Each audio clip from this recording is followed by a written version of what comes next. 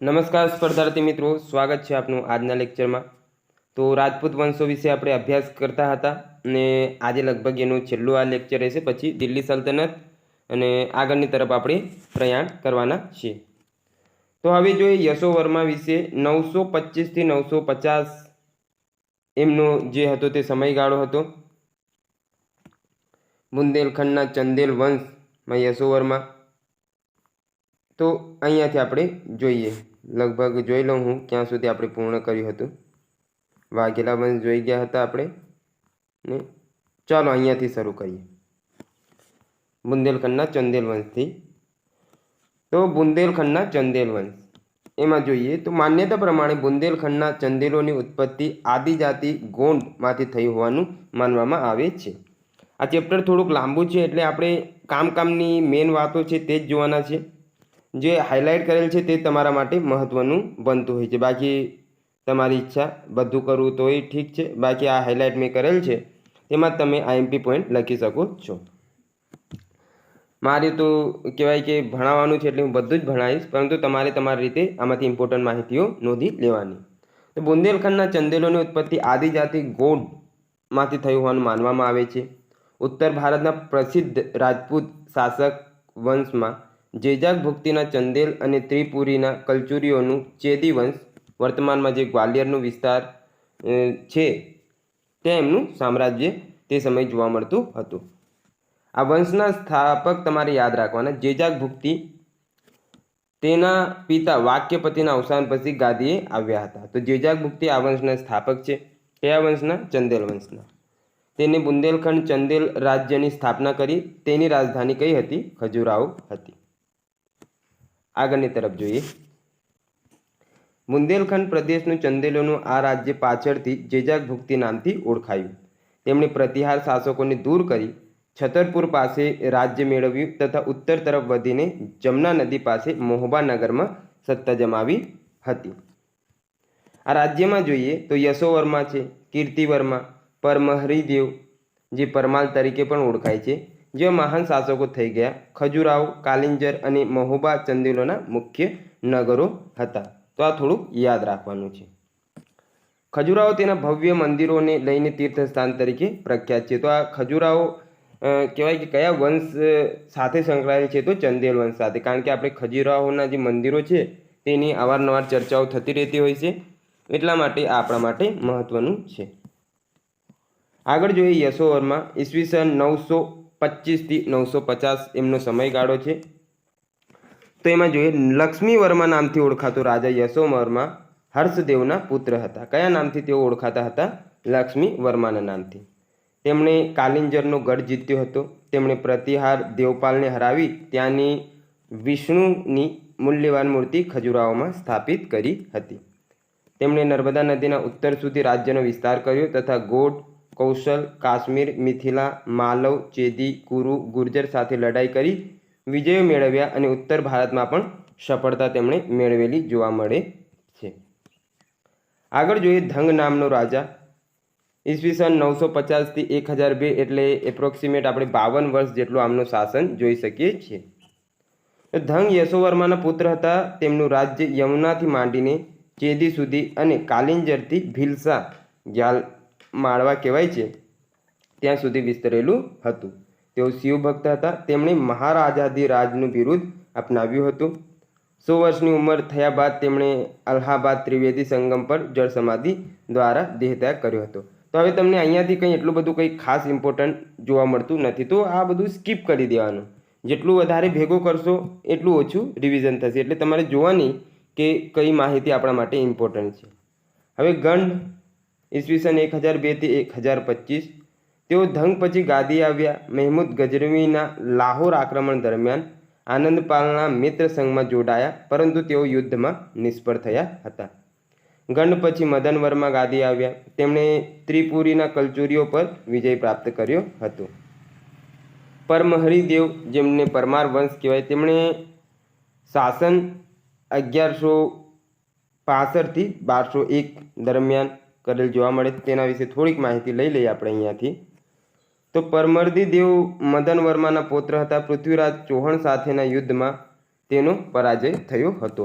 મુસ્લિમોના આક્રમણ દરમિયાન એકલા પડી જતા તુર્કોની સર્વોપરિતા તેમણે સ્વીકારી હતી. ત્રૈલોક્ય વર્મા ઈસવીસન 1205 થી 1241.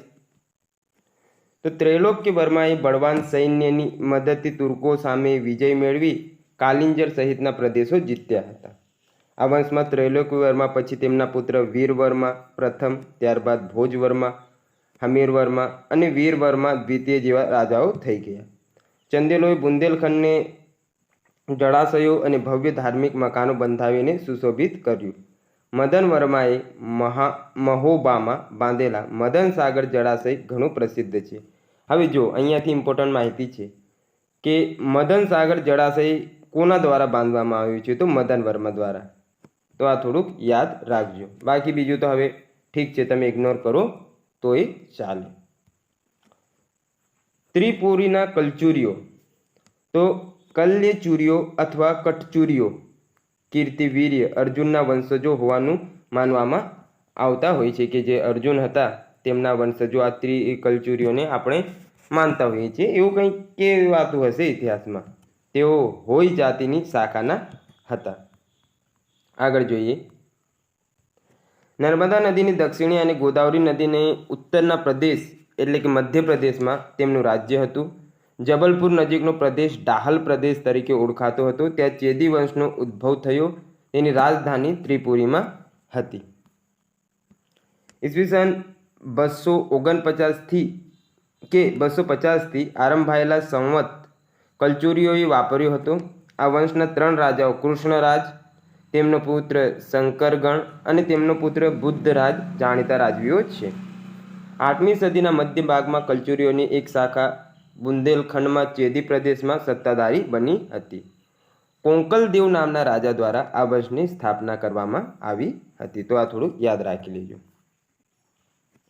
કોંકલદેવને 18 પુત્રો હતા, જેમાં સૌથી મોટા શંકરગણ ઈસવીસન 878 થી 888 અને ત્યારબાદ કોંકલ બીજો ગાદીએ આવ્યો હતો. આગળ જોઈએ. ગાંગેય દેવ ઈસવીસન 1018 થી 1040 આમનો સમયગાળો છે. તો ગાંગેય દેવ પરાક્રમી રાજા હતો. તેણે ત્રિકલિંગાધિપતિની ઉપાધિ ધારણ કરી હતી. તેણે બનારસ જીતીને વિક્રમાદિત્યની ઉપાધિ પણ ધારણ કરી હતી. ગાંગેય દેવે મહેમૂદ ગજનવી તથા સિદ્ધરાજ જયસિંહ વગેરે સાથે સંઘર્ષમાં ઉતરવું પડ્યું. ચૌલુક્ય રાજા કુમારપાળ અને વિંધ્યના રાજા ઉપર તેણે વિજયો મેળવ્યા હતા. ગાંગેય દેવ પછી લક્ષ્મીકર્ણ, ગયકર્ણ, જયસિંહ ગાદીએ આવ્યા. તેમણે ચાલુક્ય રાજા કુમારપાળ અને કુંતલ રાજા વિંધ્ય ઉપર વિજય મેળવ્યો હતો. 9મી થી 13મી સદી સુધી તેઓ અસ્તિત્વ ધરાવતા હતા. દ્વાર સમુદ્રના હોયસળો. હવે જે હાઇલાઇટ નહીં કરેલ એ ફરીથી કહું છું કે એટલો બધો ઇમ્પોર્ટન્ટ છે નહીં.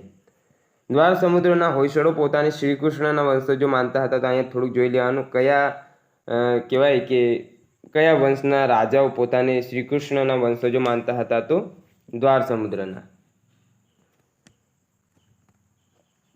રાજાઓએ પોતાને યાદવકુળ તિલક અથવા ચંદ્રવંશી ક્ષત્રિય ગણાવ્યા છે. તેમણે હોયસળ પણ કહેવામાં આવતા હતા, જે આગળ જતા હોયસળ તરીકે ઓળખાયા.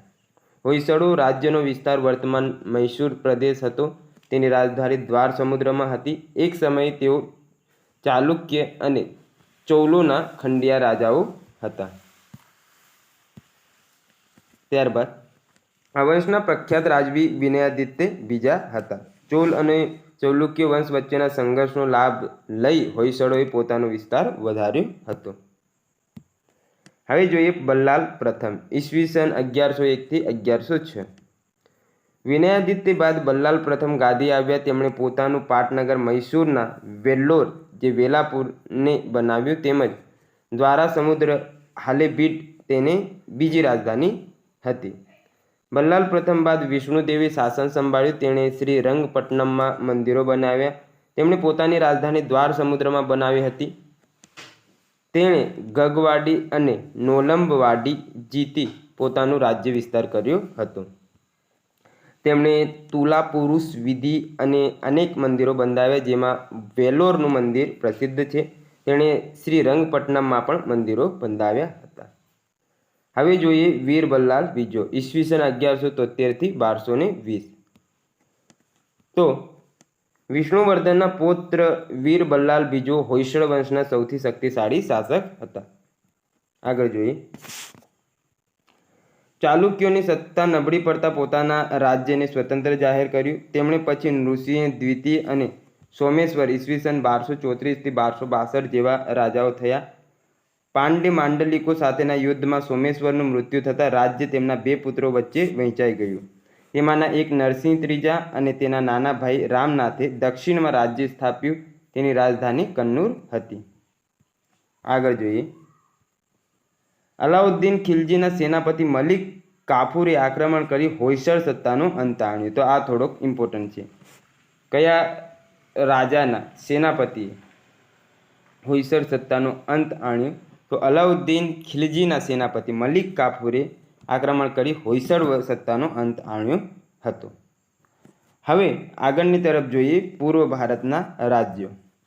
તો એમાં સૌ પ્રથમ છે ઓરિસ્સાનો ગંગેય વંશ. તો એના વિશે માહિતી મેળવીએ. હવે જોઈએ ઓરિસ્સાનો ગંગેય વંશ. પ્રાચીન કાળમાં આ રાજ્ય કલિંગના નામે ઓળખાતું હતું.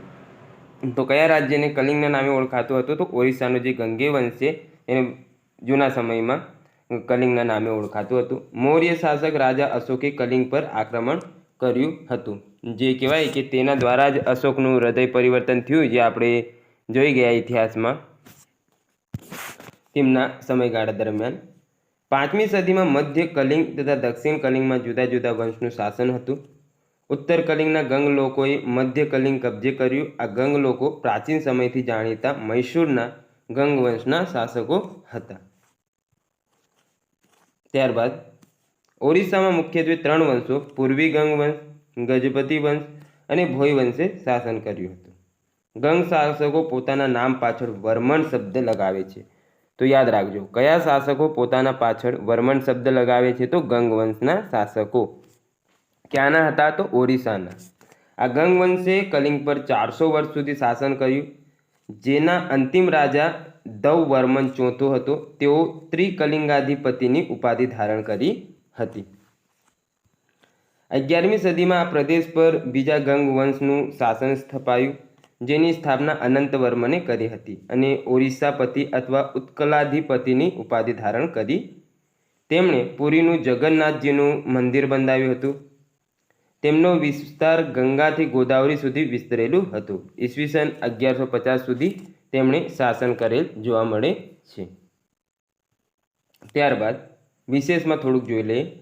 અનંતવર્મન ચોડગંગ 1076 થી 1148 પૂર્વી ગંગ વંશના મહાન શાસક હતા, જેમણે ઓડિશાને સંગઠિત તથા શક્તિશાળી બનાવ્યું હતું.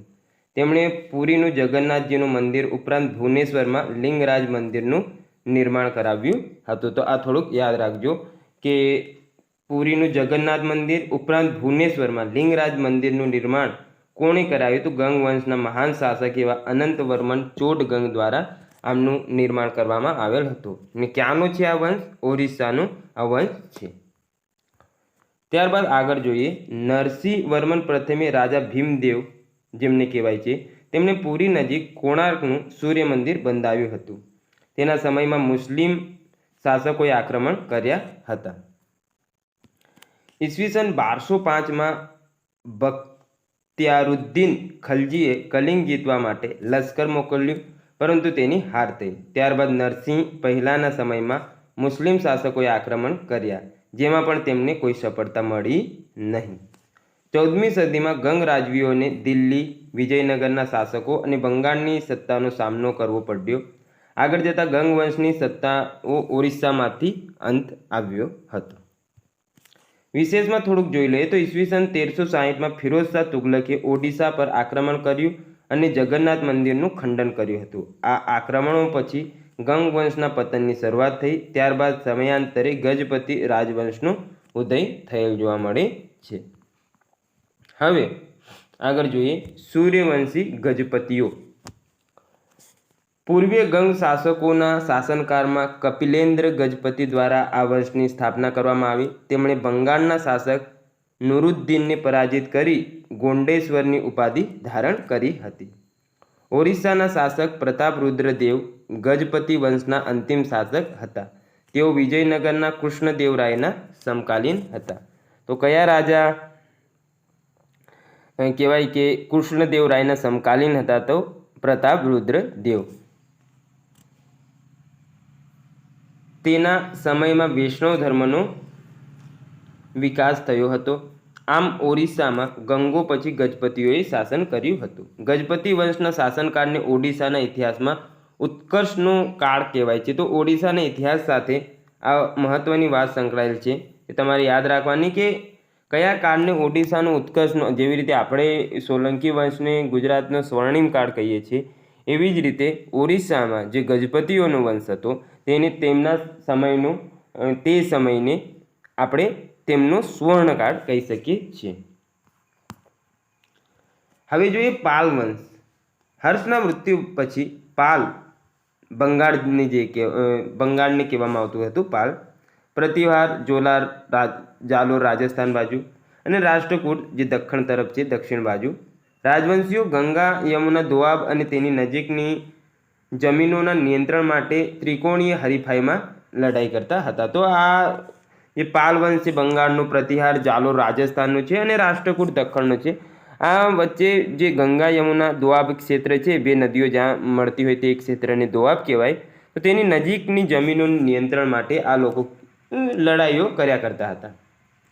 બંગાળ શાસનની સ્થાપના ગોટ શાસક શશાંક, જેમણે ઈસવીસન 590 થી 625 વચ્ચે શાસન કર્યું હોવાનું માનવામાં આવે છે.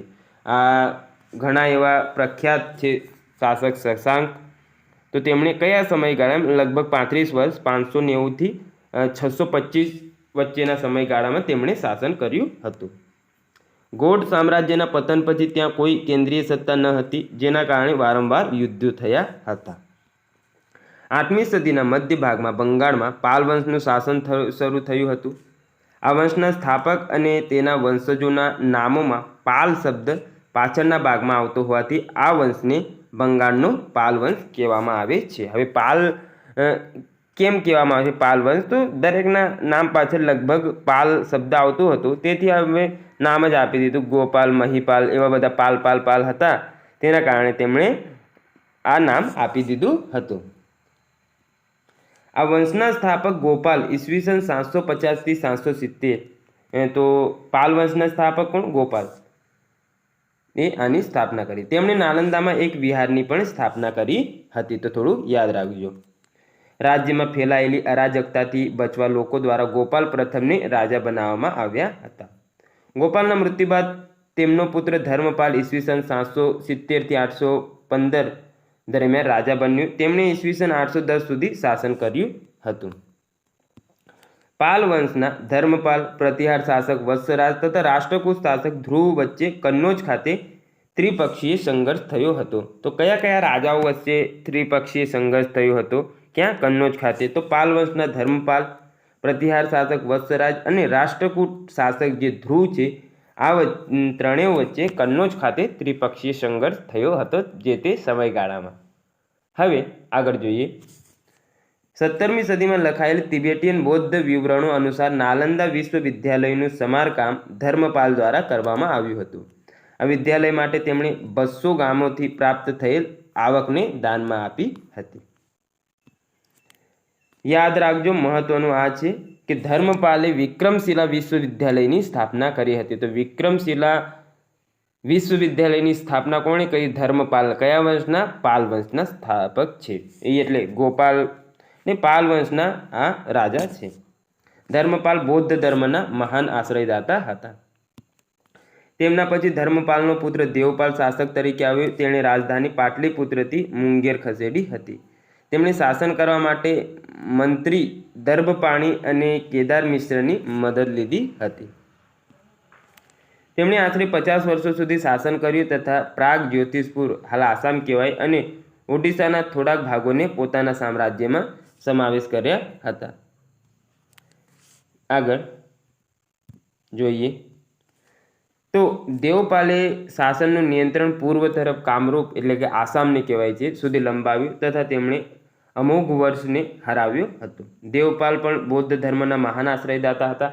તેમણે સુવર્ણદ્વીપ સુમાત્રાના શૈલેન્દ્ર વંશના રાજા બાલપુત્ર દેવને નાલંદા ખાતે તેમના દ્વારા બાંધવામાં આવેલ મઠની જાળવણી માટે 5 ગામો આપ્યા હતા.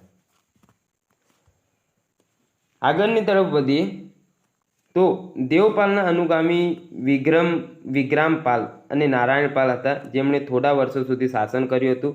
રાષ્ટ્રકૂટ અને પ્રતિહારોએ પાલ રાજાઓને હરાવતા મિહિર ભોજ હેઠળ જાલોરમાં પ્રતિહાર વંશનો ઉદય થયો હતો.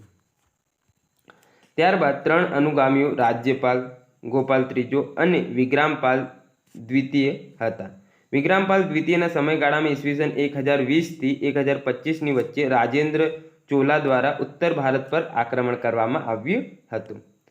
મહિપાલ પહેલો 988 થી 1038 જેમનો સમયગાળો છે તે પાલ વંશના સૌથી શક્તિશાળી શાસક હતા. તો યાદ રાખજો, મહત્વનું છે. પાલ વંશના સૌથી શક્તિશાળી શાસક તરીકે કોની ગણના કરવામાં આવે છે? તો મહિપાલ પ્રથમની. મહિપાલે પાલોની જૂની ભવ્યતા પુનઃસ્થાપિત કરી. તેમણે બનારસ, સારનાથ અને નાલંદા ખાતે મોટી સંખ્યામાં ધાર્મિક ઇમારતોનું નિર્માણ અને સમારકામ કરાવેલ જોવા મળે છે. પાલ રાજાઓએ પૂર્વીય ગંગાના મેદાનમાં વિશાળ વિસ્તારોને નિયંત્રિત કર્યા હતા. કૃષિમાંથી આવક મેળવવા ઉપરાંત પાલ રાજાઓએ દક્ષિણ પૂર્વ એશિયામાં તેમના વ્યાપક વ્યાપારી સંપર્કોમાંથી પણ આવક મેળવી હતી. સુલેમાન નામના એક અરબ વેપારીએ 9મી સદીમાં મધ્ય ભારતની યાત્રા કરી હતી. તેમણે પોતાના યાત્રાના વિવરણમાં પાલ સામ્રાજ્ય વિશે માહિતી લખી હતી. તેમણે પાલ રાજ્યને રૂહમાં અથવા ધર્મપાલનું સંક્ષિપ્ત સ્વરૂપ તરીકે ઉલ્લેખ કર્યો હતો. હવે જોઈએ સેન વંશ. સામંત સેન એવા કંઈક રાજાઓ આમાં આવશે. એક્ઝેક્ટ તો ખ્યાલ નહીં, પરંતુ આ છે શરૂઆત હવે વિજયસેનથી કરી. પાલ વંશ બાદ કર્ણાટકના વિજયસેન ઈસવીસન 1095 થી 1158 એમનો સમયગાળો છે દ્વારા સેન વંશની સ્થાપના કરવામાં આવી. તો યાદ રાખજો, સેન વંશની સ્થાપના કોણે કરી? વિજયસેન. ક્યાં? કર્ણાટકમાં. વિજયસેન શૈવ ધર્મી હતા. તેમણે દેવપાડા નગરમાં શિવ મંદિરનું નિર્માણ કરાવ્યું હતું. તેમના પછી બલ્લાલ સેન ગાદી આવ્યો. તેમણે ગોડેશ્વરની ઉપાધિ ધારણ કરી હતી. તેઓ પણ શૈવ ધર્મી હતા. બલ્લાલ દેવે મિથિલા પર વિજય પ્રાપ્ત કર્યો હતો. તેમણે દાન સાગર અને અદ્ભુત સાગર નામના ગ્રંથો રચ્યા હતા. સરસ મજાનો પ્રશ્ન બની શકે કે દાન સાગર અને અદ્ભુત સાગર નામના ગ્રંથો કયા વંશ સાથે સંકળાયેલ છે? તો પાલ વંશ સાથે. ક્યાંનો હતો? આ કર્ણાટકનો. ને કયા રાજા દ્વારા આ લખવામાં આવેલ છે? તો બલ્લાલ દેવ દ્વારા. અંતે તેઓ જળ સમાધિ લઈ મૃત્યુ પામ્યા હતા. ત્યારબાદ આ વંશમાં લક્ષ્મણ સેન નામના રાજવી ગાદી આવ્યો. ગઢવાલના રાજા જયચંદ્ર તેમના સમકાલીન હતા. કવિ શ્રીધર દાસ તેમના દરબારી હતા, જેમણે સદુક્તિ કર્ણામૃતની રચના કરી. તો શ્રીધર દાસ દ્વારા કઈ રચના કરવામાં આવી? સદુક્તિ કર્ણામૃત. લક્ષ્મણ સેનના દરબારમાં મહાન વિદ્વાન જયદેવે ગીત ગોવિંદની રચના કરી. જયદેવ કોના દરબારમાં થઈ ગયા? લક્ષ્મણ સેનના. અવારનવાર પૂછાતી રચના છે કે ગીત ગોવિંદની રચના કોના દ્વારા કરવામાં આવી છે? તો જયદેવ દ્વારા. તેમણે બિહારના પ્રદેશનો મોટો ભાગ પોતાના સામ્રાજ્યમાં ભેળવી રાજ્યનો વિસ્તાર કર્યો હતો. તેમના નામ ઉપરથી બિહારમાં લક્ષ્મણ સંવંત શરૂ થઈ હતી. લક્ષ્મણ સેને જગન્નાથપુરી જીતીને ત્યાં વિજય સ્તંભ ઊભો કર્યો હતો. ઈસવીસન 1202માં મોહમ્મદ બિન બખ્તિયારુદ્દીન ખલજીએ તેની રાજધાની નાદિયા પર આક્રમણ કર્યું હતું. તેમણે નાદિયા નગરનો સંપૂર્ણપણે નાશ કર્યો હતો. આમ બંગાળ અને બિહારના પ્રદેશોમાંથી હિન્દુ રાજ્યનો અંત આવ્યો હતો. ત્યારબાદ આગળ જોઈએ કામરૂપ, જેને આસામ કહેવાય છે, એમનો વર્મન વંશ. તો એમાં જોઈએ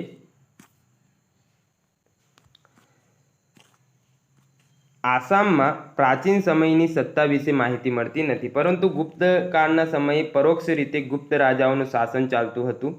ચોથી સદીમાં કામરૂપમાં વર્મન વંશની સ્થાપના પુષ્યવર્મા એટલે ભાગદત્તીએ કરી હતી. તો આ યાદ રાખજો, વર્મન વંશની સ્થાપના કોણે કરી? તો પુષ્યવર્મા, જેમને ભાગદત્ત કહેવાય છે, એમના દ્વારા કરવામાં આવી હતી.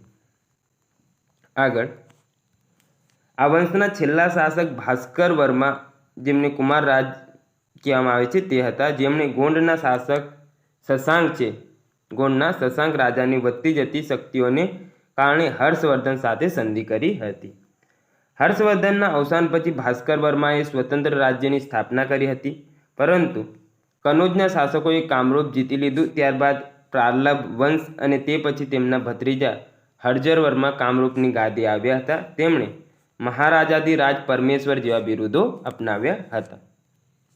ત્યારબાદ પાલ શાસકો અને સેન શાસકોએ આ પ્રદેશ પ્રાપ્ત કરી લીધો હતો અને 12મી સદીમાં પાલ અને સેન સત્તાની જગ્યાએ લગભગ 600 વર્ષ સુધી અહમ રાજ્ય સત્તાનો આસામમાં ઉદય થયો હતો.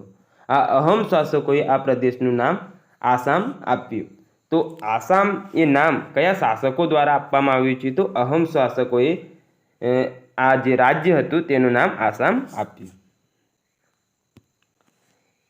તેમનો વિસ્તાર બ્રહ્મપુત્ર નદીની ખીણ પ્રદેશવાળો વિસ્તાર હતો. ત્યાં પુષ્કળ પ્રમાણમાં ચોખાની ખેતી થતી હતી. આ વિસ્તારમાં આસામી પ્રજાએ પોતાનું એક રાજ્ય સ્વતંત્ર રીતે ઊભું કર્યું હતું, પરંતુ અંગ્રેજો અને આસામના લોકો વચ્ચેના યુદ્ધમાં અંગ્રેજોનો વિજય થતાં આસામમાં અંગ્રેજ જે સત્તા હતી તે સ્થપાઈ ગઈ હતી.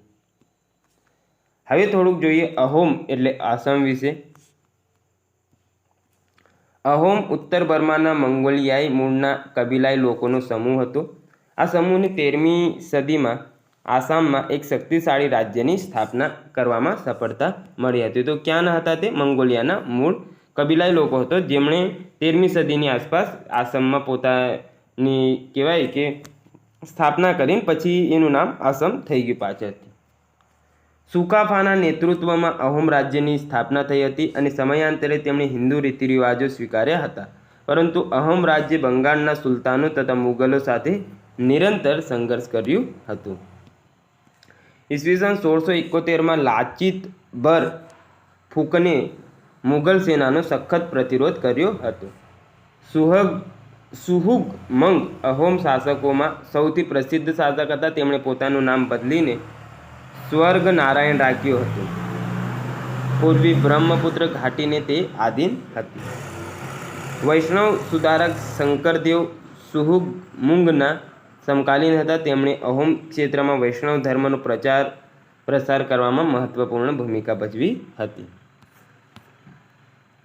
હવે જોઈએ ત્રિપુરા, મણિપુર, જૈંતિયાના રાજ્યો. તો ભારતના પૂર્વીય વિસ્તાર ત્રિપુરા, મણિપુર, મિઝોરમ અને મેઘાલયના પર્વતીય વિસ્તારોમાં ત્યાંની મૂળ નિવાસી જાતિઓનું શાસક હતું. અશોકના સમયમાં મૌર્યકાળ અને પ્રાચીન ધર્મગ્રંથો અનુસાર ત્રિપુરાને કિરાતોની ભૂમિના નામે ઓળખવામાં આવે છે. તો કયા રાજ્યને કિરાતોની ભૂમિના નામે ઓળખવામાં આવે છે એવો પ્રશ્ન બને તો ત્રિપુરાને. 9મી સદીમાં રચાયેલા રાજમાલા ગ્રંથમાં ત્રિપુરાના કૃષ્ણ કિશોર અને મનિકથા નામના છેલ્લા રાજાનું વર્ણન છે. ત્રિપુરાના લોકોમાં દુર્ગા પૂજા કે ગૌરી પૂજાનું વિશેષ મહત્વ આપણને જોવા મળતું હોય છે. 13મી સદીમાં આ પ્રદેશ પર મુસ્લિમ આક્રમણો થયા હતા. ત્રિપુરાનું આ રાજ્ય વાંસ, શેરડી અને હસ્તકલા માટે જાણીતું હતું. સંગીત અને નૃત્ય આ રાજ્યની સંસ્કૃતિનો એક અભિન્ન અંગ છે. આ રાજ્યની સરહદો મ્યાનમારને સ્પર્શે છે. તેની ઉત્તરે અસમ આવેલ જોવા મળે છે. હવે જોઈએ આગળ મણિપુર.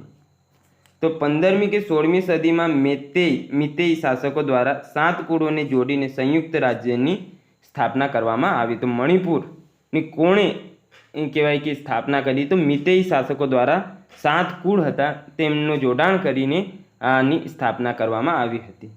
તે સમયે અહીં વૈષ્ણવ ધર્મનો ભારે પ્રચાર અને પ્રસાર થયો હતો. ત્યારબાદ મણિપુર પૂર્વીય હિમાલય, બ્રહ્મપુત્ર નદી અને ચિડવિનની ખીણો વચ્ચે આદિવાસીઓએ એક મહાન રાજ્યની સ્થાપના કરી હતી. મણિપુરમાં નાગ, સાધઈ, મારીગ વગેરે જાતિઓ વસે છે, જેમાંથી મારીગ જાતિ સૌથી પ્રાચીન છે. ઈસવીસન 154ની આસપાસ મણિપુરના પ્રથમ શાસકનો પુરાવો મળે છે. આ થોડુંક યાદ રાખી લેજો કે મારીક જાતિ સૌથી પ્રાચીન છે. તો કઈ જાતિ થોડીક સૌથી વધારે પ્રાચીન છે મણિપુરની? તો મારીક. મધ્યકાળમાં અહીં લોઈમ્બા ઈસવીસન 1074થી 1122 નામ સમયગાળો હતો. તો લોઈમ્બા નામના શાસકનું શાસન હતું. ત્યારબાદ 18મી સદીમાં મેડિંગુ નામના શાસકનો ઉલ્લેખ જોવા મળે છે. તે પછી મેંગ્યુકિયામ્બા નામના શાસક જોવા મળે છે. બર્માના શાસકો તેમના મિત્ર હતા. તેમના સમયગાળા દરમિયાન ઘણા બધા મંદિરોનું નિર્માણ થયું હતું. ઈસવીસનની 15મી કે 16મી સદી દરમિયાન અહીં મુસ્લિમ આક્રમણોની શરૂઆત થયેલ આપણને જોવા મળતી હોય છે. 16મી સદીમાં અહીં થઈ ગયેલ મીતેઈ રાજા નોંધપાત્ર છે. ત્યારબાદ પૂર્વના વિસ્તારોમાં કંપની સરકારની હસ્તક્ષેપ વધતા ઈસવીસન 1824માં મણિપુરમાં બ્રિટિશ સરકારની સત્તા સ્થપાઈ હતી. મણિપુરનું લોકનૃત્ય મણિપુરી નૃત્ય તરીકે પ્રસિદ્ધ છે. ત્યારબાદ આપણે આગળ જોઈએ તો એમાં છે નેપાળ. નેપાળ પ્રાચીન સમયમાં આ વિસ્તાર ગંડક અને કોસી નદીના વચ્ચે ફેલાયેલો હતો. આ રાજ્ય ગુપ્ત શાસનમાં ખંડિયા રાજ્ય તરીકે તથા હર્ષવર્ધનના સમયમાં બફર રાજ્ય તરીકે જાણીતું હતું. સમુદ્રગુપ્તના અલ્હાબાદ સ્તંભલેખમાં નેપાળને સરહદી સ્વતંત્ર રાજ્ય બતાવવામાં આવ્યું છે. નેપાળમાં ભગવાન શિવનું પશુપતિનાથનું પ્રસિદ્ધ મંદિર આવેલું છે. તો પ્રશ્ન બની શકે કે કયા, હવે આમ તો એટલું તો ના જ પૂછે પણ તેમ છતાં યાદ રાખવાનું કે આપેલ પૈકી કયા દેશમાં ભગવાન શિવનું પ્રસિદ્ધ મંદિર આવેલ છે? તો તે છે નેપાળમાં. બીજી જગ્યાએ પણ હશે પણ ઓપ્શનમાં હોય તો એ મુજબ. રાઘવદેવ નામના રાજાએ નવો નેપાળી સંવંત શરૂ કર્યો હતો. તો નેપાળી સંવંત કયા રાજા દ્વારા શરૂ કરવામાં આવ્યો? તો રાઘવદેવ. તેના 3 ઉત્તરાધિકારીઓ 20 વર્ષ સુધી રાજ કરી. ત્યારબાદ ગુણકામદેવ પ્રથમ ગાદી આવ્યો હતો. તેણે લગભગ 65 વર્ષ અને 5 મહિના જેટલા સમય સુધી શાસન કર્યું હતું. તે જે કાષ્ઠમંડલ તથા અન્ય કેટલાક નગરોની સ્થાપના કરી હતી. નેપાળ સમયાંતરે રાજકીય પરિવર્તનના કારણે પાટણ, કાઠમંડુ અને ભાટગાંવ એમ 3 પ્રદેશોમાં વિભાજિત થયું. ત્યારબાદ જોઈએ આગળ. તિરહુતના રાજા નાન્યદેવે નેપાળ ઉપર પોતાનું આધિપત્ય સ્થાપિત રાખ્યું હતું. નેપાળમાં બૌદ્ધ ધર્મના મહાયાન સંપ્રદાય અને હિન્દુઓના સનાતન દેવ શિવ છે સંપ્રદાયનો વિકાસ થયો હતો. નેપાળમાં પશુપતિનાથનું સુપ્રસિદ્ધ મંદિર છે. હવે બિહારથી આપણે આગળ રાખીએ નેક્સ્ટ લેક્ચરમાં. થોડુંક જ બાકી છે, પછી આપણે દિલ્હી સલ્તનત તરફ આગળ પ્રયાણ કરીશું નેક્સ્ટ લેક્ચરમાંથી. તો મળીએ નવા વિડીયોમાં. ત્યાં સુધી જોડાયેલા રહો.